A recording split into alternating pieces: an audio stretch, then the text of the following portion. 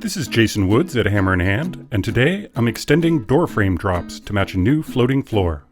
Looks like I'm lighting something on fire. Okay, I'm putting a pan of water, and now I'm holding a product up to the camera.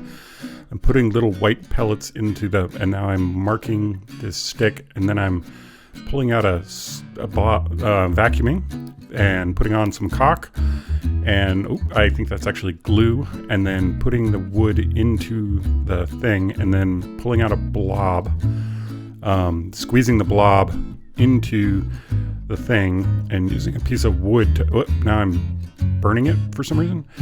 And drilling holes, and then holding another product up to the camera, stirring, and then squishing this product on, and then scraping it, and it looks like sanding it, and we're done.